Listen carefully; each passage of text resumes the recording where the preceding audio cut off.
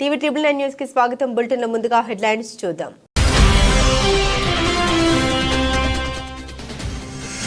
అమెరికాలో అక్రమ వలసదారులపై ట్రంప్ ప్రతిజ్ఞ. ఇంటి బాట పట్టనున్న 18,000 భారతీయులు.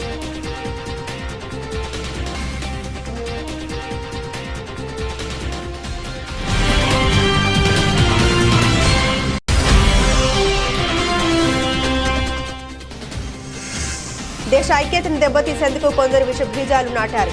సంచలన ఆరోపణ చేసిన ప్రధాని మోదీ.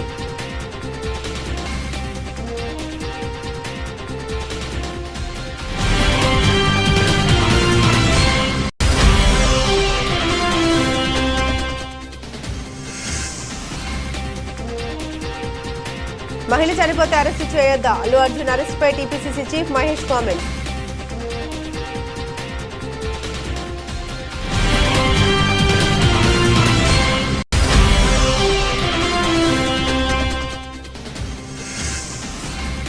ఎన్టీఆర్ కు భారతరత్న ఇచ్చే వరకు పోరాడతాం. ఎన్టీఆర్ సినీ వజ్రోత్సవాల్లో పాల్గొని ప్రసంగించిన CM Chandrababu.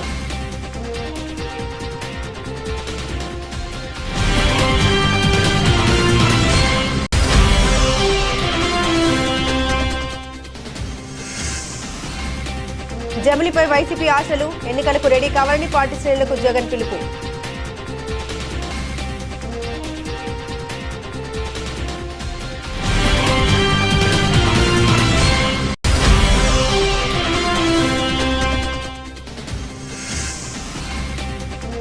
Nitish Reddy super bowling. Kohli celebrations నెట్టింట వైరల్ అవుతున్న వీడియో.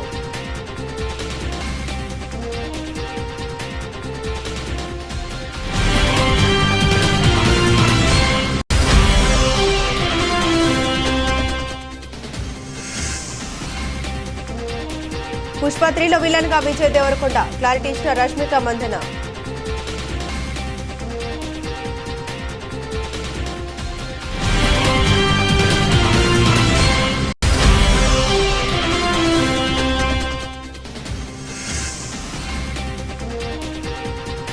బంగారం ధరలకు బ్రేక్. వచ్చే ఏడాది గోల్డ్ రేటు పెరుగుదల అంతంతే.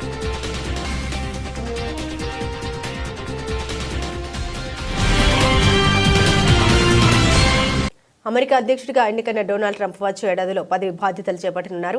జనవరి 20న దేశ అధ్యక్షుడిగా ప్రమాణ స్వీకారం చేయనున్నారు. అమెరికాలో కఠినమైన ఇమిగ్రేషన్ విధానాలు ఇప్పటికే అమల్లోకి వచ్చాయి. ట్రంప్ అధ్యక్ష బాధ్యతలు చేపట్టిన తర్వాత అమెరికాలోని సుమారు 18,000 మంది భారతీయులు బహిష్కరణకు గురయ్యే అవకాశం ఉంది. అమెరికా చరిత్రలో అతిపెద్ద బహిష్కరణ ప్రక్రియను చేపడతామని ట్రంప్ ప్రతిజ్ఞ చేసిన సంగతి తెలిసిందే. దేశ బహిష్కరణకు సంబంధించిన తుది ఉత్తర్వులతో వేలాది మంది పత్రాలు లేని భారతీయులు తిరిగి పంపే అవకాశం ఉంది.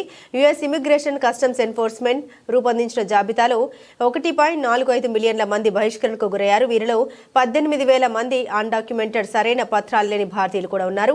టైమ్స్ ఆఫ్ ఇండియా ప్రకారం గత 3 ఏళ్లలో దాదాపు 90,000 మంది భారతీయులు యునైటెడ్ స్టేట్స్ లోకి ప్రవేశించడానికి ప్రయత్నిస్తున్నారు. చట్టవిరుద్ధంగా వీరిలో ఎక్కువ మంది పంజాబ్, గుజరాత్, ఆంధ్రప్రదేశ్ వంటి రాష్ట్రాల నుండి వచ్చారు. చాలా మంది పత్రాలు లేని భారతీయులకు 2 లేదా 3 ఏళ్ల వరకు వేచి ఉండే వ్యవధి అధికార సవాళ్లతో నిండి ఉంది. అయితే అత్యధిక సంఖ్యలో పత్రాలు లేని వలసదారులు వచ్చిన దేశం భారత్ మాత్రమే కాదు. యునైటెడ్ స్టేట్స్ సరిహద్దులో ఉన్న హోండురాస్, గ్వాటెమాలా వంటి దేశాలు వరుసగా 2,61,000, 2,53,000 మంది నమోదు కాని వ్యక్తులతో జాబితాలో అగ్రస్థానంలో ఉన్నాయి. ఆసియాలో 37,908 మంది పత్రాలు లేని వ్యక్తులతో చైనా ముందు వరుసలో ఉంది. 17,940 మంది వ్యక్తులతో భారత్ 13వ స్థానంలో ఉంది. సరిహద్దు భద్రత, కఠినమైన ఇమిగ్రేషన్ విధానాలు బహిష్కరణ ప్రక్రియలో భారత్ సహకరించని దేశాల్లో ఒకటిగా ఉంది. ఈ జాబితాలో ఉన్న ఇతర దేశాలు Bhutan, Cuba, Iran, Pakistan, Russia, Venezuela ఉన్నాయి. ఈ సహకారం లేకపోవడంతో దౌత్య సంబంధాలు మరింత సవాలుగా మారింది.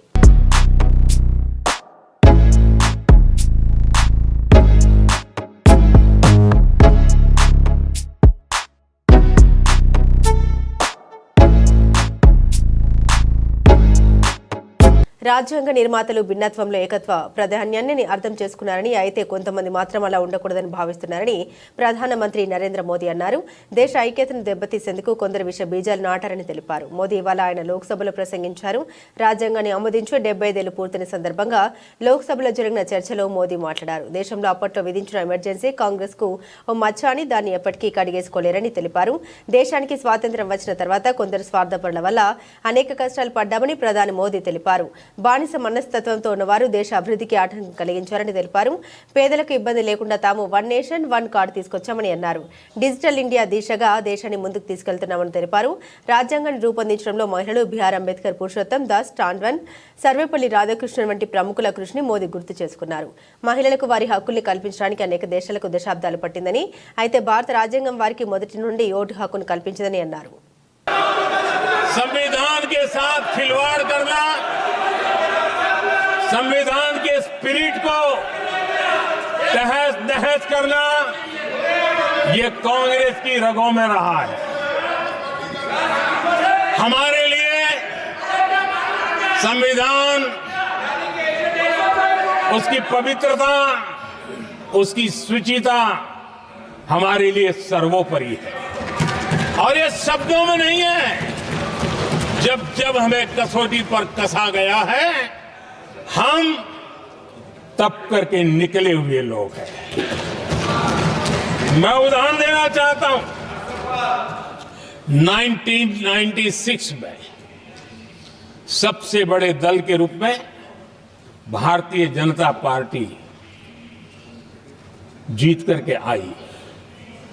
सबसे बड़ा दल था और राष्ट्रपति जी ने संविधान की भावना तहत सबसे बड़े दल को प्रधानमंत्री के शपथ के लिए बुलाया और 13 दिन सरकार चली. अगर हमें संविधान के स्पिरिट के प्रति हमारा भावना न होती तो हम भी ये बांटो, वो बांटो, ये दे दो, वो दे दो, इसको डिप्टी पीएम बना दो, इसको ढिकना बना दो, हम भी सत्ता सुख भोग सकते थे.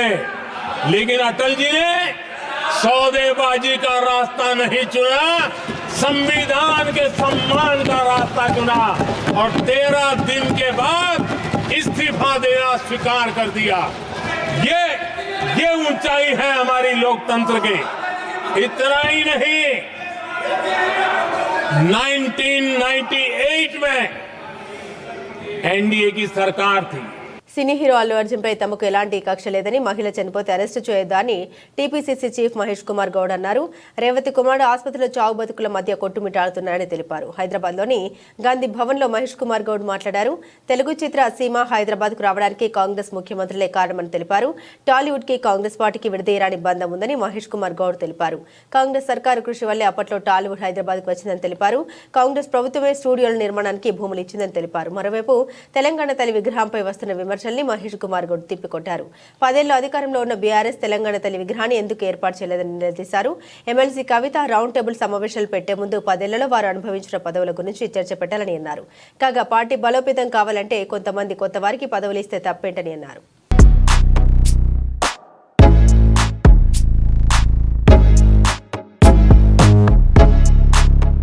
ఎన్టీఆర్ కు భారతరత్న పురస్కారం అంశంపై మరోసారి సీఎం చంద్రబాబు ప్రస్తావించారు. ఎన్టీఆర్ కు భారతరత్న ఇచ్చే వరకు గట్టిగా పోరాడతామని ఆయన తెలిపారు. ఎన్టీ రామారావుకి భారతరత్న ఇవ్వడం దేశాన్ని గౌరవించుకోవడమని ముఖ్యమంత్రి చంద్రబాబు అన్నారు. ఎన్టీఆర్ స్ఫూర్తితో ప్రతి కుటుంబం ఆనందంగా ఉండాలని ఆయన ఆకాంక్షించారు. పేదవాడు పేదవాడిగా మిగలకుండా ఆర్థిక అసమానత తొలగే విధానాలకు శ్రీకారం చుడుతున్నామని చంద్రబాబు తెలిపారు. దేశం గర్వించే జాతిగా తెలుగువారు ఎదగటమే ఎన్టీఆర్ కు ఇచ్చే నిజమైన నివాళి అని చంద్రబాబు పేర్కొన్నారు. ఎన్టీఆర్ స్ఫూర్తితో తెలుగు జాతిని ప్రపంచంలోనే నెంబర్ 1 గా నిలబెట్టే బాధ్యత తీసుకుంటామని ముఖ్యమంత్రి చంద్రబాబు తెలిపారు. పెనమలూరులో ఎన్టీఆర్ సినీ వజ్రోత్సవాలు జరిగాయి. ముఖ్యమంత్రి చంద్రబాబు ముఖ్య అతిథిగా ఈ వేడుకల్లో పాల్గొన్నారు. ఎన్టీఆర్ సినీ నట ప్రస్థానంపై పుస్తకం ఆవిష్కరించారు. ఎన్టీఆర్ స్ఫూర్తితో ముందుకెళ్తున్నాం, పేదరిక నిర్మూలనే ధ్యేయంగా పనిచేస్తున్నాం. ఎన్టీఆర్ స్ఫూర్తితో స్వర్ణాంధ్రప్రదేశ్ విజన్ 2040ని లాంచ్ చేశాం. ఎన్టీఆర్ను ఒకసారి తలుచుకుని ఆయన ఫోటోను చూసి సంకల్పం చేస్తే ఏదైనా సాధ్యమనేది నా అభిప్రాయం. ఆయన స్ఫూర్తిలో మనలో ఉంది, ఆయన ఆశీస్సులు మనపై ఉన్నాయి. 3 సిద్ధాంతాలు 10 ప్రిన్సిపల్స్తో విజన్ డాక్యుమెంట్ తీసుకొచ్చాం. అందులో ఒకసారి చూస్తే వెల్తీ, హెల్తీ, హ్యాపీ సొసైటీలో ఉండాలనేది నాకు సంకల్పంగా ఒక విజన్ డాక్యుమెంటరీ తీసుకొచ్చాం. అందులో 10 ప్రిన్సిపల్స్ను చూస్తే జీవో పావర్టీ, అది ఎన్టీఆర్ కళ, అది సాధిస్తాం. పేదరికం లేని సమాజం మనందరి ధ్యేయం కావాలి. ఆర్థిక అసమానతలు తగ్గించాలి. అప్పుడే ఈ ప్రజాస్వామ్యానికి ఒక అర్థం ఉంటుందని సీఎం చంద్రబాబు అన్నారు. ఒక యుగ పురుషుడు అరుదుగా పుడతారు. మనకు తెలిసిన, మనము చూసిన ఏకైక యుగ పురుషుడు నందమూరి తారక రామారావు గారని చెప్పి నేను మీకు తెలియజేస్తున్నా. ప్రపంచంలో ఎక్కడికి వెళ్ళినా తెలుగు జాతి పేరు ఇంటేనే గుర్తు వచ్చే ఏకైక వ్యక్తి ఎన్టీఆర్. చరిత్ర ఉన్నంత వరకు తెలుగువారి గుండెల్లో ఉండే ఏకైక వ్యక్తి ఎన్టీఆర్ అని చెప్పి కూడా నేను మీకు తెలియజేస్తున్నా.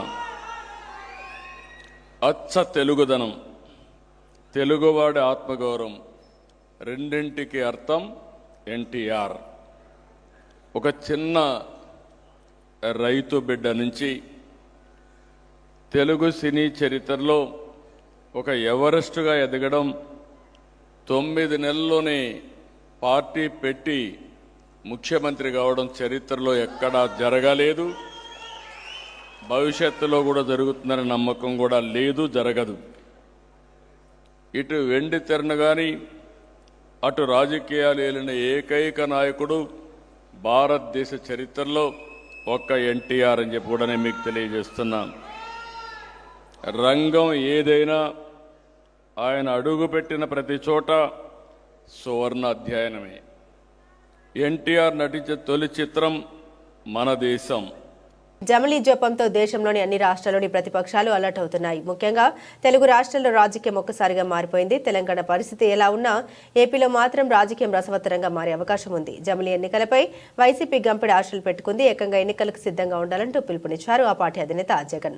ఒకవేళ జమిలీ ఎన్నికలు వస్తే ఎవరికి నష్టం, ఎవరికి లాభం అనే చర్చ ఇప్పుడు రాజకీయ వర్గాల్లో జోరుగా సాగుతుంది. మొన్నటి అసెంబ్లీ ఎన్నికల్లో ఏపీలో వైసీపీ 11 సీట్లకే పరిమితమై ప్రతిపక్ష హోదా కూడా దక్కించుకోలేదు. కానీ ఇప్పుడు వైసీపీకి జమిలీ రూపంలో ఆశలు మొగ్గులు తొడుగుతున్నాయి. జమిలీ ఎన్నికలు వస్తే సత్తా చాటాలని వైసీపీ అప్పుడే కసరత్తులు మొదలుపెట్టిందట. జమిలీ ఎన్నికలు 2027లో వస్తాయన్న నమ్మకంతో రాజకీయ కార్యకలాపాలను మరింత స్పీడ్గా నిర్వహించాలని వైసీపీ భావిస్తోంది. పార్టీ ముఖ్య నేతల సమావేశంలో కూడా జగన్ జమిలీ ఎన్నికల ప్రస్తావన తీసుకొచ్చారు.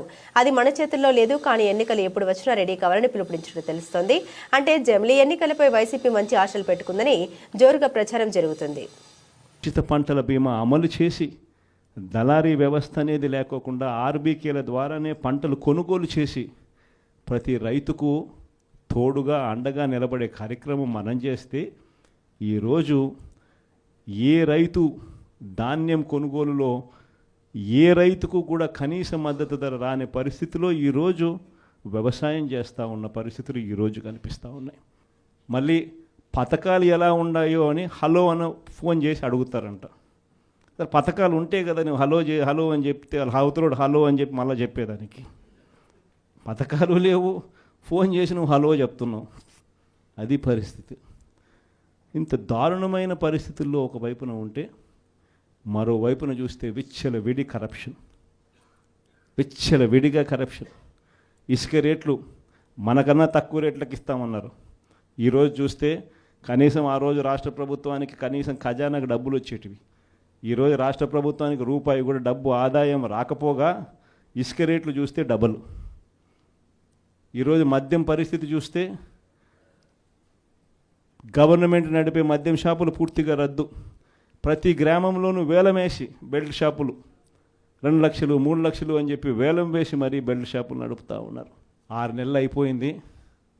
ఇక మనం కూడా ప్రజల తరపున నిలబడాల్సిన సమయం వచ్చింది అని చెప్పి గట్టిగా కూడా మళ్ళీ చెయ్యి కలిపి పనిచేయాలి అని చెప్పి చెప్పడానికి మళ్ళీ మిమ్మల్ని అందరినీ కూడా ఇక్కడికి రమ్మని చెప్పడం జరిగింది. నా ప్రోగ్రాం సంక్రాంతి తర్వాత నా ప్రోగ్రాములు కూడా జిల్లాల్లో స్టార్ట్ అవుతుంది. నేను కూడా సంక్రాంతి అయిపోయిన తర్వాత జనవరి 3వ వారం నుంచి జనవరి చివరిలోనో జనవరి 3వ వారం నుంచో నా ప్రోగ్రాములు కూడా జిల్లాల్లో స్టార్ట్ అవుతాయి. నేను కూడా ప్రతి జిల్లాలోనూ అక్కడే నిద్ర చేస్తా. ప్రతి బుధవారం ప్రతి గురువారం ఒక్కొక్క పార్లమెంట్లో 2 రోజులు 2 రాత్రులు అక్కడే పడుకుంటా.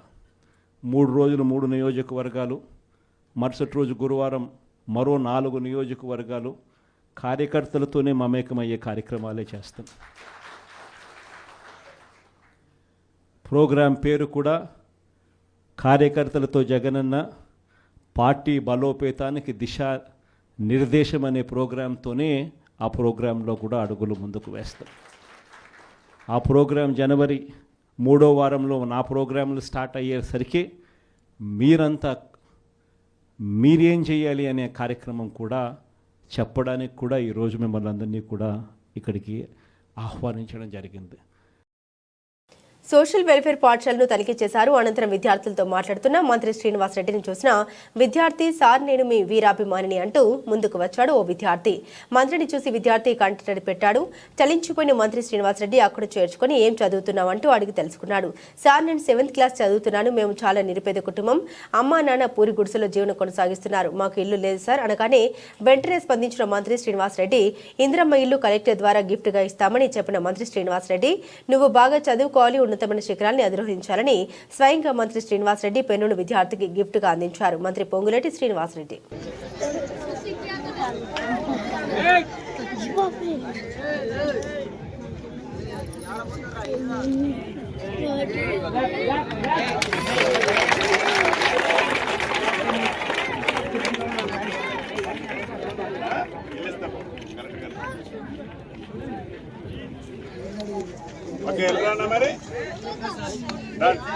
వరంగల్ జిల్లా రాయపర్తి మండలం మైలారం గ్రామానికి చెందిన కాంగ్రెస్ పార్టీ ఏసీసీఎల్ మండల అధ్యక్షుడు చిర్రా మల్లయ్య సతీమణి మాజీ డీసీసీబీ డైరెక్టర్ చిర్రా ఉప్పలమ్మ కొన్ని రోజులు పక్షవాతంతో బాధపడుతున్న చికిత్స అనంతరం ఇంటి వద్ద విశ్రాంతి తీసుకుంటూ ఉండగా పాలకుర్తి నియోజకవర్గ ఇన్ఛార్జ్ అనుమన్ల ఝాన్సీరెడ్డి రాజేందర్ రెడ్డి దృష్టికి తీసుకెళ్లగా వెంటనే స్పందించి బడుగు బలహీన వర్గాల ఆశజ్యోతి ఆపద అంటే నేనున్నానే అంటూ గత కొద్ది నెలల క్రితం తొర్రూరు షాపింగ్ మాల్ ప్రారంభోత్సవంలో ప్రమాదశాత్తు కాలు ఫ్రాక్చర్ కావడంతో కొన్ని నెలలుగా విశ్రాంతి తీసుకుని తిరిగి మొదటిసారిగా మైలారం గ్రామానికి వస్తున్న అనుమన్ల ఝాన్సీ రాజేందర్ రెడ్డిని ఎస్ఎస్ఎల్ జిల్లా ఉపాధ్యక్షులు గబ్బెట్టల బాబు చాల్వతో సన్మానించారు. ఈ సందర్భంగా ఆయన మాట్లాడారు.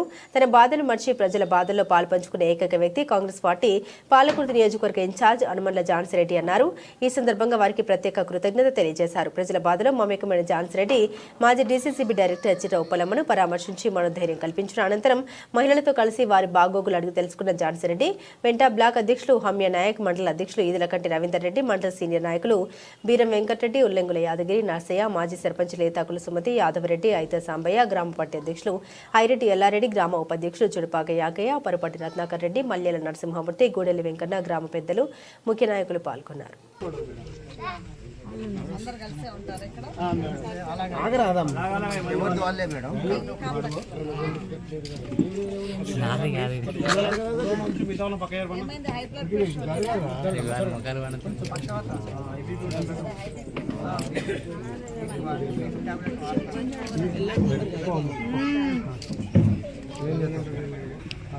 వరంగల్ హన్మకొండ జిల్లా న్యాయస్థానంలో 2024 డిసెంబర్ 14 శనివారం రోజున జాతీయ లోక్ అదాలత్ నిర్వహించారు. కుటుంబ సమస్యలు, రోడ్లు ప్రమాదాలు, వివిధ ప్రాథమిక కేసులకు తక్షణ పరిష్కారం అందించారు. 5 సివిల్ కేసులు, 10 బీఎస్ఎన్ఎల్, 542 విద్యుత్, 43 బ్యాంకు, 29 ట్రాఫిక్, 5130 క్రిమినల్ కేసులకు పరిష్కారం చూపారు. అన్ని రంగాల్లో 6492 హన్మకొండ, 5759 వరంగల్ జిల్లాల కేసులు పూర్తి పరిష్కారం అందించారు.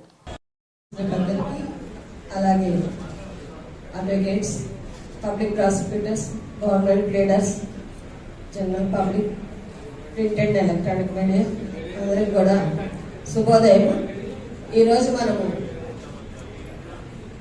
జాతీయ న్యాయ సేవా సంస్థ యొక్క ఆదేశాల ప్రకారం, అలాగే మన రాష్ట్రీయ న్యాయ సేవాధికార సంస్థ ఆదేశాల ప్రకారము ఈ 2024-25 సంవత్సరానికి కాదు మనము ఈ చిట్ట చివరి నేషనల్ లోక్ అదాలత్, జాతీయ లోక్ అదాలత్ని వరంగల్ మరియు హనుమకొండ జిల్లాలకి ఉమ్మడిగా ఈ జిల్లా కోర్టు ప్రాంగణంలో ఈరోజు జరపడం జరుగుతున్నది. దానికి గాను 2 జిల్లా కోర్టు వాళ్ళు కూడా 14 బెంచెస్ని క్రియేట్ చేశారు. అదేవిధంగా పరకాలలో, నర్సంపేటలో కూడా సపరేట్ బెంచెస్ క్రియేట్ చేయడం జరిగినది.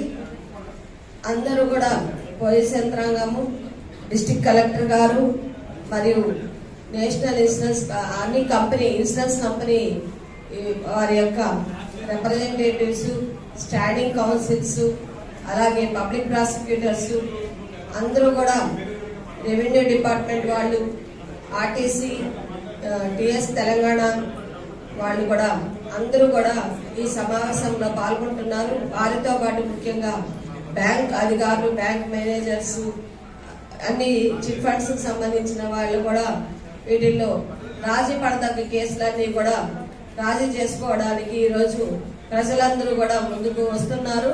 అదేవిధంగా మనము ముసలమడుగు గ్రామంలో 10 లక్షల ఖర్చుతో ఐటీసీ వారి సీఎస్ఆర్ నిధులతో నూతనంగా నిర్మించిన బస్ షెల్టర్ను రిబ్బన్ కట్ చేసి ప్రారంభించారు పినపాక నియోజకవర్గ శాసనసభ్యులు పాయం వెంకటేశ్వర్లు. ఈ యొక్క కార్యక్రమానికి ప్రభుత్వ అధికారులు, ఐటీసీ అధికారులు, బూర్గంపాడు మండల కాంగ్రెస్ పార్టీ అధ్యక్షులు దుగ్గంపొడి కృష్ణారెడ్డి, కాంగ్రెస్ పార్టీ నాయకులు, మహిళా నాయకులు, యువజన నాయకులు, కార్యకర్తలు, అభిమానులు తదితరులు పాల్గొన్నారు.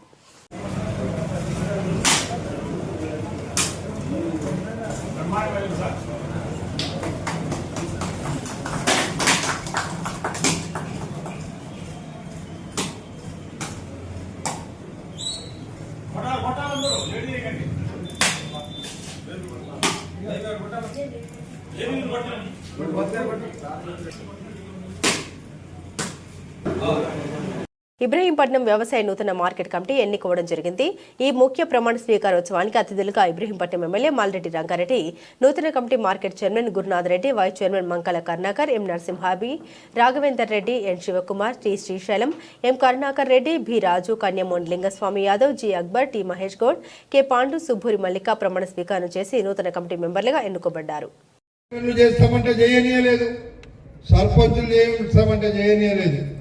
ఎక్కడ భూములు కబ్జా పెట్టాలి, ఎక్కడ ప్రభుత్వ భూములు గుంజుకోవాలి, పేదోని నోట్ల మట్టి కొట్టాలనేది ఆలోచించారు. అవన్నిటికీ సమరగీతం పాడినాం. ఇప్పుడు రాబోయేటువంటి రోజుల్లో మేమేదైతే 6 పథకాలు అమలు చేస్తామని ప్రభుత్వం చెప్పిందో ఆ 6 పథకాలు అమలు చేయకుండా మీకు ఓట్లు కూడా ఇక ఎక్కడ కూడా అడగ మీ రాష్ట్రంలో అని చెప్పి ముఖ్యమంత్రి గారు చెప్తున్నారు ప్రతిరోజు. అందులో మనం కొన్ని ఇచ్చినాం. ఇప్పుడు మహిళలకు ఇవ్వాల్సినటువంటి డబ్బులు ఇచ్చేది ఉంది, నిరుద్యోగులకు ఇవ్వాల్సిన ఉద్యోగాలు ఇవ్వాల్సి వస్తుంది, ప్రతి ఇల్లు లేని నిరుపేదలకు ఇల్లు ఇవ్వాలనేటువంటి కార్యక్రమం, రేషన్ కార్డులు ఇవ్వాలి కార్యక్రమం, పింఛన్లు ఇచ్చే కార్యక్రమం వచ్చే 2 నెలల్లో మొదలుపెట్టి ఇవ్వబోతున్నామని చెప్పి కూడా ఈ సందర్భంగా మీకు నేను మనవి చేస్తున్నా. ఇవన్నీ కూడా ఇండియా వర్సెస్ ఆస్ట్రేలియా జట్ల మధ్య బ్రిస్బేన్లో గర్భ వేదికగా 3వ టెస్ట్ మ్యాచ్ జరుగుతుంది. శనివారం ఉదయం మ్యాచ్ ప్రారంభం కాగా టాస్ గెలిచి రోహిత్ శర్మ ఫీల్డింగ్ ఎంచుకున్నాడు. దీంతో ఆస్ట్రేలియా బ్యాటింగ్ ప్రారంభించిన కొద్దిసేపటికి ఎడతెరిపిన వర్షం కురవడంతో తొలి రోజు కేవలం 13.2 ఓవర్ల ఆట మాత్రమే జరిగింది. దీంతో ఆస్ట్రేలియా వికెట్లేమీ కోల్పోకుండా 28 పరుగులు చేసింది. క్రీజ్లో కవాజా, మెక్స్వీన్ ఉన్నారు. రెండో రోజు ఆదివారం ఆట ప్రారంభం కాగా కొద్దిసేపటికే బుమ్రా ఆస్ట్రేలియాకు బిగ్ షాక్ ఇచ్చాడు. ఓపెనర్లు కవాజా 21, మెక్స్వీన్ 9ని అవుట్ చేశాడు. బుమ్రాతో పాటు సిరాజ్, ఆకాశ్దీప్, నితీష్ కుమార్ రెడ్డిలు కట్టుదిట్టమైన బంతులతో ఆస్ట్రేలియా బ్యాటర్లను హడలెత్తించారు. దీంతో పరుగులు రాబట్టేందుకు ఆసీస్ బ్యాటర్లు ఇబ్బంది పడ్డారు. ఈ క్రమంలో తెలుగు కుర్రాడు నితీష్ కుమార్ రెడ్డి సూపర్ బౌలింగ్తో 3వ వికెట్ పడగొట్టాడు. రేంజర్స్ బ్యాటర్ మార్నెస్ లుబేషన్ పెవిలియన్ బాట పట్టించాడు. నితీష్ రెడ్డి వేసిన బంతిని ఆఫ్ సైడ్ ఆడేందుకు లుబేషన్ ప్రయత్నించగా బాల్ బ్యాట్ అంచుకు తాకి స్లిప్ వైపుకు దూసుకెళ్లింది. స్లిప్లో ఫీల్డింగ్ చేస్తున్న విరాట్ కోహ్లీ క్యాచ్ అందుకున్నారు. ఆ వెంటనే తనదైన శైలిలో సెలబ్రేషన్స్ చేశాడు. ఇందుకు సంబంధించిన వీడియో వైరల్ గా మారింది. గబ్బా పిచ్ బౌలింగ్ కు సహకరిస్తుండటంతో భారత్ బౌలర్లు సద్వినియోగం చేసుకుంటున్నారు. బుమ్రాతో పాటుగా సిరాజ్, నితీష్ రెడ్డి, ఆకాశ్దీప్ కట్టుదిట్టమైన బంతులతో బౌలింగ్ చేస్తుండటంతో ఆసీస్ బ్యాటర్లు పరుగులు రాబట్టేందుకు ఇబ్బంది పడుతున్నారు. ఆస్ట్రేలియా బ్యాటర్లు స్టీవ్ స్మిత్, ట్రావిస్ హెడ్లు ఆచితూచి ఆడుతూ మరో వికెట్ పడకుండా క్రీజులో పాతుకుపోయేందుకు ప్రయత్నిస్తున్నారు.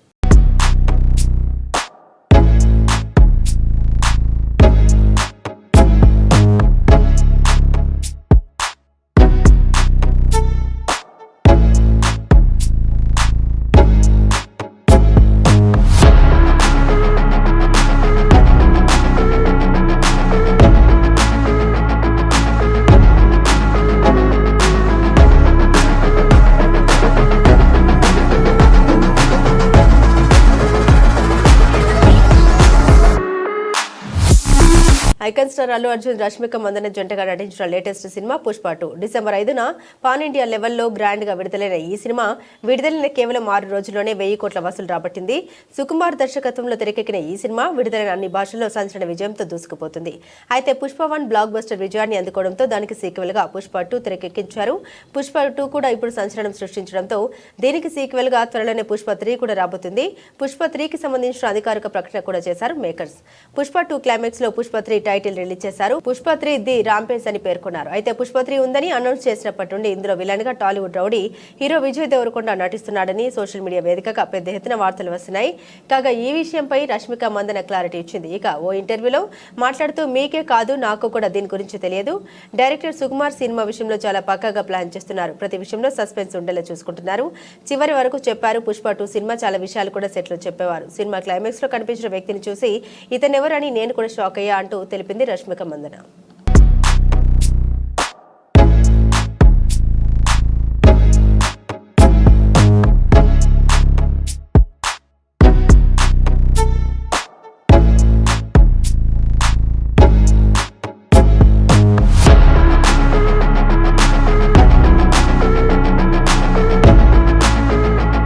ఏడాది జోరుగా పెరిగిన బంగారం ధరలు వచ్చే ఏడాదిలో మాత్రం నెమ్మదించవచ్చని చెబుతుంది ప్రపంచ స్వర్ణ మండలి WGC. మునుపన్నడు లేని విధంగా దేశంలో పాసిడి ధర ఈ సంవత్సరం అక్టోబర్లో ఆల్ టైమ్ హైకి చేరిన విషయం తెలిసిందే. తులం 24 క్యారెట్ల బంగారం ధర 99.9 స్వచ్ఛత పుత్తడి రేటు గరిష్టంగా 82,400 రూపాయలకు పలికింది. అయితే అక్టోబర్ ఆఖరు దాకా పరుగులు పెట్టిన గోల్డ్ రేట్లు గత నెలన్నర 45 రోజులుగా పడుతూ లేస్తూ సాగుతున్నాయి. ఈ నేపథ్యంలో WGC తాజా అంచనాలు సైతం ప్రస్తుత మార్కెట్ తీరుకు అనుగుణంగానే ఉన్నాయి. కొత్త ఏడాదిలోనూ మార్కెట్ ట్రెండ్ ఇదే రీతిలో ఉండవచ్చన్న అభిప్రాయాన్ని 2025 అవుట్లుక్ లో వ్యక్తం చేసింది. ఏడాది మొదలు ఇప్పటిదాకా దేశీయ మార్కెట్లో బంగారం ధరలు 30% పైగా పుంజుకున్నాయి. సెంట్రల్ బ్యాంకులు ముఖ్యంగా పీపుల్స్ బ్యాంక్ ఆఫ్ చైనా బంగారం కొనుగోలుకు పెద్దపీట వేసింది. RBI సైతం గోల్డ్ రిజర్వులకు అత్యంత ప్రాధాన్యమిస్తున్న సంగతి తెలిసిందే. అలాగే రష్యా ఉక్రెయిన్ యుద్ధం, ఇజ్రాయెల్ హమాస్ పోరు, ఫెడ్ రిజర్వ్ ద్రవ్య విధానం వంటివి స్టాక్ మార్కెట్లను కుంగదీశాయి. ఫలితంగా మదుపరులు తమ పెట్టుబడుల రక్షణార్థం ప్రత్యామ్నాయ మార్గమైన పాసిడి వైపు చూశారు. దీంతో ఈ ఏడాది గోల్డ్ మార్కెట్లో డిమాండ్ ఊహించని విధంగా పెరిగిపోయింది. ఇది ధరల్ని పరుగులు పెట్టించింది. మరోవైపు పండుగ సీజన్లు, పెళ్లిళ్ల సీజన్ కొనుగోలు కూడా కలిసొచ్చాయి. బంగారం ధరలు వచ్చే ఏడాది ఈ స్థాయిలో పెరగకపోవచ్చని WGC తాజాగా పేర్కొంది. జీడీపీ వృద్ధి రేటు, ద్రవ్యోల్బణం వంటి అంశాలు గోల్డ్ మార్కెట్ క్రయ విక్రయాలను ప్రభావితం చేయవచ్చని అంటుంది. జనవరిలో అమెరికాకు రాబోయే నూతన అధ్యక్షుడు డొనాల్డ్ ట్రంప్ తీసుకునే నిర్ణయాలు వాణిజ్య యుద్ధాలకు తెరలేపవచ్చిన ఆందోళనని కనబరిచింది. మరి పరస్పర సుంకాలతో మదుపరులు, కొనుగోలుదారులు మార్కెట్ కు దూరం కావచ్చని, దీంతో ఆయా దేశాల జీడీపీ విపణిలో డిమాండ్ పడిపోవచ్చని హెచ్చరించడం గమనార్హం. కానీ ఇప్పటికే అయితే బంగారం ధరలు అంతర్జాతీయంగా గరిష్ట స్థాయిలోనే కదలాడుతున్నాయి. ఔన్స్ $2,700 సమీపంలో ఉంది. ఇక గోల్డ్మన్ సాచ్ గ్రూప్ వచ్చే ఏడాది ఆఖర్లో $3,000 పోవచ్చుంటుంది. UBS ఏజీ అంచనా $2,900గా ఉంది.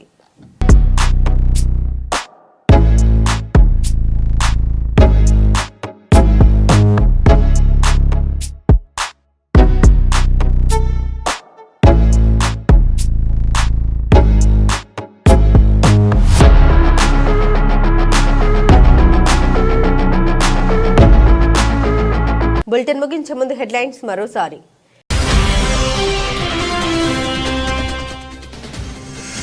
అమెరికాలో అక్రమ వలసదారులపై ట్రంప్ ప్రతిజ్ఞ, ఇంటి బాట పట్టనున్న 18,000 భారతీయులు.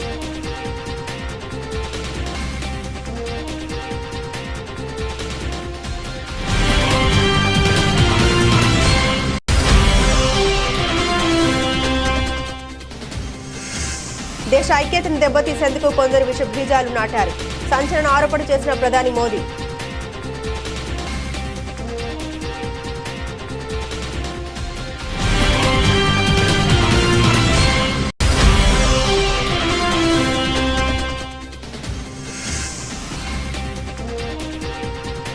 మహిళ చనిపోతే అరెస్టు చేయొద్దా, అల్లు అర్జున్ అరెస్టుపై TPCC chief Mahesh comment.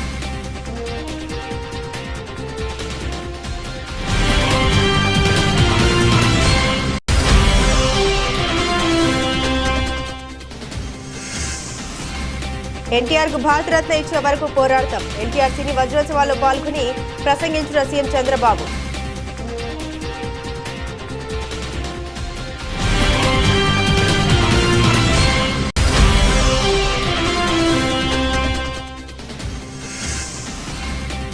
జమిలిపై YCP ఆశలు, ఎన్నికలకు రెడీ కావాలని పార్టీ శ్రేణులకు జగన్ పిలుపు.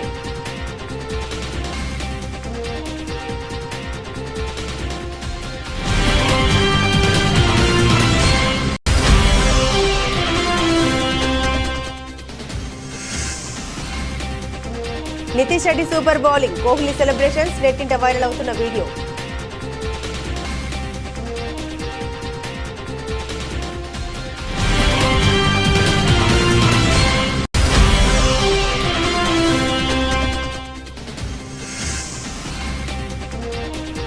పుష్ప 3లో విలన్ గా విజయ్ దేవరకొండ క్లారిటీ ఇచ్చిన రష్మిక మందన.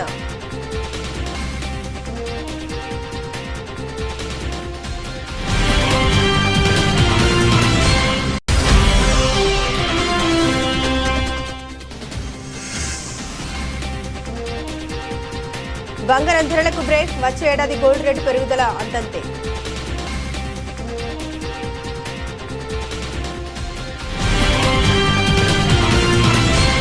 ఇవి ఈ బులెటిన్లోని విశేషాలు. తిరిగి మరో బులెటిన్తో మళ్ళీ కలుసుకుందాం. అంతవరకు సెలవు, నమస్కారం.